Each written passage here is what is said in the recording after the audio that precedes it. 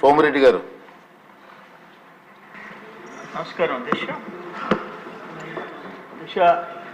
నాయకులు చంద్రబాబు నాయుడు గారు చాలా వివరంగా మనం ఉండే ఆర్థిక పరిస్థితులు గురించి చెప్పుకుంటూ వచ్చారు. Between 14 and 19 and 19 and 24. అయితే మా నాయకులు తపన ఈ రాష్ట్రాన్ని ఎట్ట మళ్ళీ గాడిలో పెట్టాలా, ఏ విధంగా జనాన్ని ఆర్థిక ఇబ్బందులోంచి ఈరోజు పరిస్థితి అధ్యక్ష ఆత్మహత్యల్లో, రైతుల ఆత్మహత్యల్లో 3rd ప్లేస్ అంటే మహారాష్ట్ర కర్ణాటక తర్వాత, అంటే ప్రపోర్షనేట్గా జనాభా తీసుకుంటే 1st ప్లేస్. కౌలు రైతులు 2nd ప్లేస్ అంటే తమిళనాడు తర్వాత, అంటే జనాభా ప్రాతిపదికన తీసుకుంటే 1st ప్లేస్. అటువంటి పరిస్థితుల నుంచి రాష్ట్రాన్ని ఎట్ట కాపాడాలని చెప్పేసి ముఖ్యమంత్రి గారి తపన.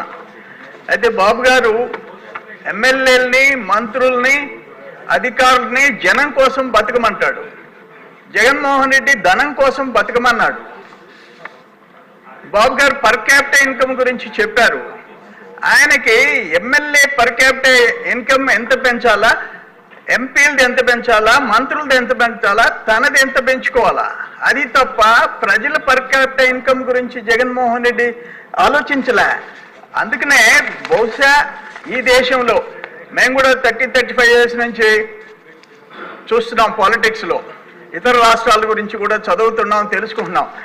అందుకనే ఇక్కడ అవినీతి మీద హార్వర్డ్ యూనివర్సిటీ స్పెషల్ క్లాస్ నడిపి జగన్ దోపిడీ మోడల్ గురించి పాఠాలు చెప్పుకునే పరిస్థితి ఆంధ్రప్రదేశ్లో వచ్చిందంటే, అన్నపూర్ణ లాంటి ఆంధ్రప్రదేశ్ జగన్మోహన్ రెడ్డి వల్ల దోపిడీ రాష్ట్రంగా గుర్తింపు వచ్చిందంటే దురదృష్టం. అది ఈరోజు కూడా అక్కడికి పోయి చేసిన పాపాలన్నీ చేసి ఇక్కడ కూర్చొని కనీసం సమాధానం చెప్పలేని స్థితిలో పోయి ఢిల్లీలో కూర్చొని మళ్ళీ మనల్నే తిట్టే పరిస్థితికి రావటం దురదృష్టం. అందుకని అన్ని రంగాల్లో నాదొక్క సలహా, సబ్మిషన్ ముఖ్యమంత్రి గారికి, ఇప్పుడు స్టేట్లో కూడా ఎమ్మెల్యేస్లో, ఎంపీస్లో, కొంతమంది మినిస్టర్స్లో ఒక్కొక్క రంగంలో ఎక్స్పర్టైజ్ ఉండేవాళ్ళు ఉన్నారు.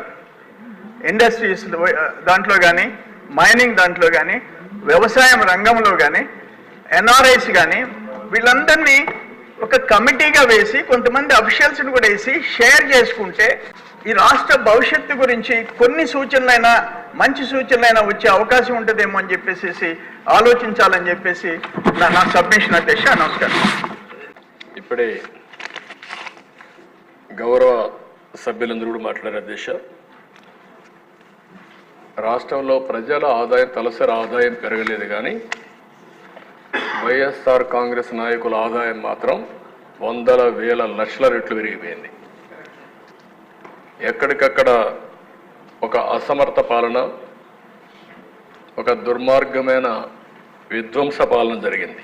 ఇప్పుడే చంద్రమోహన్ రెడ్డి గారు చెప్పారు, కరప్షన్ ఏ విధంగా ఉంటుంది, ప్రజాస్వామ్యంలో ఎట్లా సంపాదిస్తారు అనే దానిపైన ఇక్కడ జరిగినటువంటి అవినీతి కొన్ని ఇంటర్నేషనల్ యూనివర్సిటీలో కేస్ స్టడీస్గా తీసుకొని విద్యార్థులు చెప్పే పరిస్థితికి వచ్చారంటే ఎంత పరాకాష్ఠకి వెళ్ళామో మనం గుర్తుపెట్టుకోవాల్సిన అవసరం ఉంది.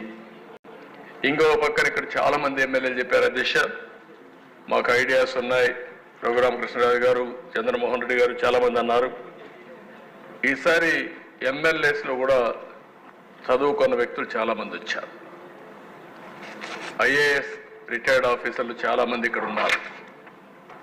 పోస్ట్ గ్రాడ్యుయేషన్ చేసిన వాళ్ళు ఉన్నారు, డాక్టర్స్ ఉన్నారు. వివిధ రంగాలలో బాగా నిష్ఠాతులు కూడా రాజకీయాల్లోకి వచ్చే పరిస్థితికి వచ్చారు. యంగ్స్టర్స్ వచ్చారు. ఈరోజు మీ అందరి ఆలోచనలు కావాల్సిన అవసరం ఉంది. ఈ రాష్ట్ర అభివృద్ధి కోసం అవసరమైతే ఏ విధంగా చేయాలని నేను కూడా ఆలోచిస్తాను. మిమ్మల్ని అందరినీ నిరంతరం మీ ఆలోచనలు ఏవైతే ఉన్నాయో ఆ ఆలోచనలు తీసుకుని ఏ విధంగా ఆచరణలో పెట్టాలనో పెడదాం. దానికి ఒక స్ట్రక్చర్డ్ ఆర్గనైజేషన్ కింద క్రియేట్ చేసి ఇంటరాక్షన్ కూడా నేను రెగ్యులర్ ఇంటరాక్షన్ పెట్టి మీ ఆలోచనలు, మీరు ఏ ఏరియాలో ఇంట్రెస్ట్ ఉందో అవన్నీ తీసుకొని ముందుకు పోతాం. రాత్రింబగళ్ళు పనిచేస్తాం. ఈ చర్చలు కూడా 7 పేపర్లని రాష్ట్రం మొత్తం చర్చిద్దాం. వాళ్ళ ఐడియాస్ కూడా తీసుకుందాం. మీరు కూడా మీ ఆలోచనలు ఇవ్వండి.